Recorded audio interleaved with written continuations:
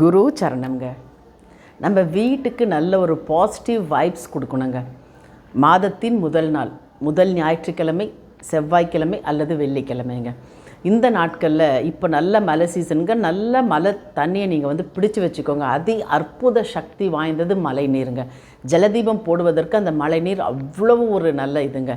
மழை தண்ணி, அது கூட சிறிது பன்னீர், கஸ்தூரி மஞ்சளுங்க. இதை கலந்துட்டுங்க உங்கள் வலது கை அந்த தண்ணி மேலே வச்சுட்டு கங்கே கங்கே கங்கேன்னு சொல்லிட்டுங்க, தனவரவு தாராளம், தனம் தானியம் ஏராளம், இந்த மாதிரி சொல்லிவிட்டு வீடு முழுசுத்துக்குமே இந்த தண்ணியை தெளித்து விடுறீங்க. முக்கியமாக ஒரு கார்னர்லேயும் நல்லா தெளிக்கணும். நீங்கள் தெளிச்சிட்டுங்க, குளிர குளிர தெளிச்சிட்டு நல்லா வீடு முழுசுத்துக்குமே ஒரு சாம்பிராணி புகை போடுங்க.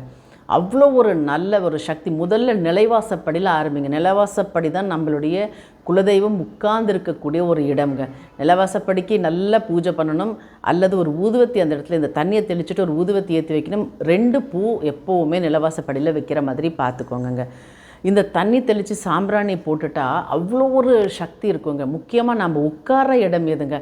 நிறைய நம்ம ஹாலில் உட்கார்றோமா, சோஃபா உட்காரோம், அந்த இடத்துலலாம் இந்த தண்ணியை தெளித்து நம்ம உட்கார இடத்துல எப்போவுமே ஒரு 2 ஊதுவத்தியோ இல்லைனா ஒரு சாம்பிராணி புகை இருக்கிற மாதிரி பார்த்துக்கோங்க.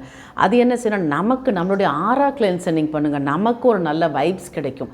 இந்த மாதிரி சின்ன சின்ன விஷயங்கள் தாங்க. இது முதல்ல வீட்டுக்கு ஒரு சக்தி கொடுத்துட்டா, இல்லை உள்ளே நுழையும் போது நமக்கு ஒரு நல்ல சக்தி எடுத்துகிட்டு வரும். யாராவது வராங்கன்னாக்கா அவங்களுடைய எதிர்மறை எண்ணங்கள் அங்கேயே தடைப்பட்டு போயிட்டு ஒரு நல்ல சக்தியாக, நல்ல ஆசீர்வாதமாக நமக்கு கிடைக்குங்க.